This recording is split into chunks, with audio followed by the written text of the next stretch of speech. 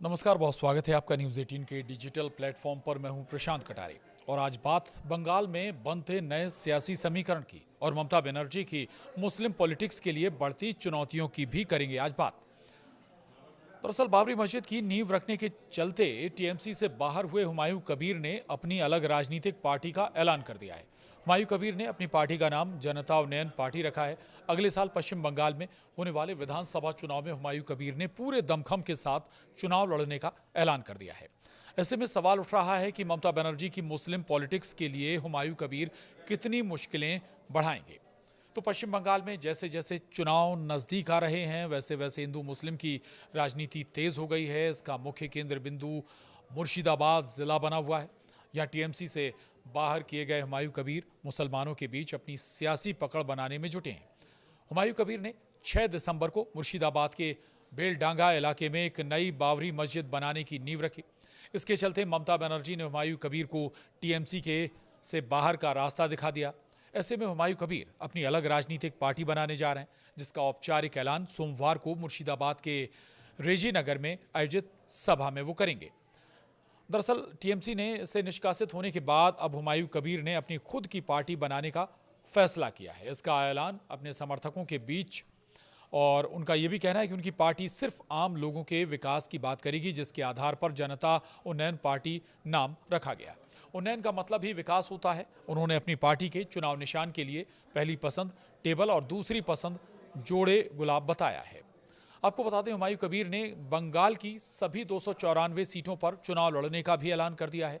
इसके साथ ही हुमायूं दावा कर रहे हैं कि बंगाल के किंग मेकर बनकर वो उभरेंगे। हुमायूं के मुताबिक वो बंगाल में बीजेपी और टीएमसी दोनों के खिलाफ चुनावी मैदान में उतरेंगे। टीएमसी से निलंबित विधायक हुमायूं कबीर ने तृणमूल कांग्रेस और भारतीय जनता पार्टी के विरोधियों से अपील की कि वे एकजुट हों और अगले साल होने वाले अहम विधानसभा चुनाव में पश्चिम बंगाल की ममता बनर्जी की तृणमूल कांग्रेस सरकार को हटाने के लिए गठबंधन में चुनाव लड़ें। इसका ऐलान हुमायूं कबीर ने सोमवार को अपनी नई पॉलिटिकल पार्टी की घोषणा से एक दिन पहले किया। हुमायूं कबीर ने मीडिया से बातचीत में कहा कि मैं पश्चिम बंगाल में सभी एंटी तृणमूल कांग्रेस और एंटी बीजेपी ताकतों को एक साथ आने के लिए बुला रहा हूं। आइए हम अगले साल होने वाले विधानसभा चुनाव में ग्रैंड अलायंस बनाकर लड़ें। हालांकि ऐसी कोई भी ताकत खुद को सबसे ऊपर समझती है तो मेरी पार्टी अकेले चुनाव लड़ेगी। अगर जरूरत पड़ी तो मैं पश्चिम बंगाल की सभी 294 विधानसभा सीटों से उम्मीदवार उतारूंगा, ये कह रहे हैं हुमायूं कबीर। वो ये भी कहते हैं कि मेरे पास वो ताकत है। हालांकि उन्होंने ये भी साफ किया है कि उनका मौजूदा कदम पूरी तरह से पॉलिटिकल है, इसलिए वो कोई भी फैसला करने से पहले कई बार सोचेंगे। वहीं हुमायूं मुर्शिदाबाद में 10 सीट जीतने का दावा भी कर रहे हैं। मुर्शिदाबाद की 22 सीटों में से 20 पर टीएमसी का कब्जा है और 2 पर बीजेपी ने जीत दर्ज की थी। इस बार मुर्शिदाबाद की राजनीति में हुमायूं कबीर अपनी धमक दिखाने की कोशिश में है। हालांकि हुमायूं कबीर ने कहा है कि उनकी पार्टी का मुकाबला न सिर्फ बीजेपी से होगा बल्कि ममता बनर्जी की टीएमसी से भी होगा। हुमायूं कबीर ने मुसलमानों को संबोधित करते हुए कहा कि अब मुसलमान ममता के बहकावे में नहीं आएंगे, क्योंकि मुसलमान समझ गए हैं ममता सिर्फ उनका वोट लेती हैं लेकिन उनके लिए कुछ भी नहीं करती। ऐसे में हुमायूं कबीर जो सियासी संदेश मुसलमानों को देना चाह रहे हैं वो जमीन पर पहुंच रहा है। और बताते हैं आपको आखिर मुस्लिमों को साधने का क्या प्लान है हुमायूं कबीर का। दरअसल हुमायूं कबीर ने बाबरी मस्जिद के बहाने अपनी राजनीतिक दशा और दिशा तय कर ली है। बाबरी मस्जिद बनाने के बहाने हुमायूं कबीर ने मुर्शिदाबाद के मुस्लिम वोटों को साधने का दाव चला, तो अब नई पार्टी बनाकर बंगाल के मुस्लिम वोटों का ध्रुवीकरण करना चाहते हैं वो। इस तरह से उनकी नज़र बंगाल के 30% मुस्लिम वोटों पर है, जो फिलहाल ममता बनर्जी का कोर वोट बैंक माना जाता है। हुमायूं कबीर की सियासत ममता बनर्जी के लिए चिंता का सबब बनती जा रही है। हुमायूं कबीर अपनी पार्टी बनाकर ममता को चैलेंज करना चाहते हैं। ये घटना बंगाल की राजनीति में नया मोड़ ला सकती है। वहीं मुर्शिदाबाद में मुस्लिम आबादी 70% से अधिक है। यहाँ का मुस्लिम वोट बैंक तय करता है कि कौन विधायक बनेगा। ऐसे में हुमायूं कबीर खुद को मुस्लिमों के नेता के रूप में स्थापित कर रहे हैं। सवाल है कि क्या ममता की मुश्किलें बढ़ाएंगे हुमायूं, ये भी बताते हैं आपको। बंगाल में करीब 30% मुस्लिम मतदाता हैं, जो सूबे के 294 सीटों में से करीब करीब 100 सीटों पर निर्णायक भूमिका में हैं। वहीं 2010 के बाद से बंगाल में मुस्लिम मतदाता टीएमसी का कोर वोट बैंक माना जाता है।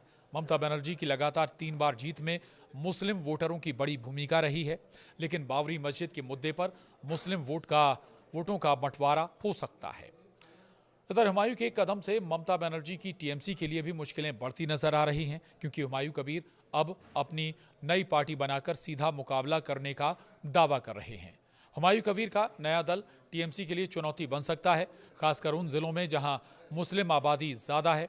हुमायूं कबीर का ये कदम बंगाल की राजनीति में नया समीकरण पैदा कर सकता है। साथ ही हुमायूं कबीर जिस तरह से कह रहे हैं कि मुस्लिमों को सिर्फ वोट बैंक की राजनीति के लिए सत्ताधारी पार्टी इस्तेमाल करती रही है, इन्हें काफ़ी चीज़ों से वंचित रखा गया है, हम उनके हक की आवाज़ उठाएंगे। अभी हमें कोई गंभीरता से नहीं ले रहा है, लेकिन जल्द ही लोगों को पता चल जाएगा कि हुमायूं कबीर आखिर क्या चीज़ है। बाबरी मस्जिद का नाम और नया दल, दोनों ही मुद्दे तृणमूल कांग्रेस के लिए सिरदर्द बन सकते हैं। सवाल ये कि क्या हुमायूं का ये दांव उन्हें बंगाल की सियासत में बड़ा खिलाड़ी बनाएगा या सिर्फ एक शोर साबित होगा। आपको याद दिला दें, हुमायूं कबीर पहले टीएमसी में ही हुआ करते थे, लेकिन दूसरी बाबरी मस्जिद की नींव रखने के बाद उन्हें पार्टी से निकाल दिया गया था। यहाँ तक कि ममता ने यह भी कहा था कि ये बीजेपी के इशारे पर ये सब कर रहे हैं। लेकिन अब ये देखना होगा कि हुमायूं कबीर के लिए ज़मीन पर कितना सपोर्ट मिलता है और क्या वाकई वो नुकसान पहुँचा पाते हैं या कोई बड़ा गेम चेंज कर पाते हैं बंगाल की सियासत में। आज के लिए इतना ही। नमस्कार।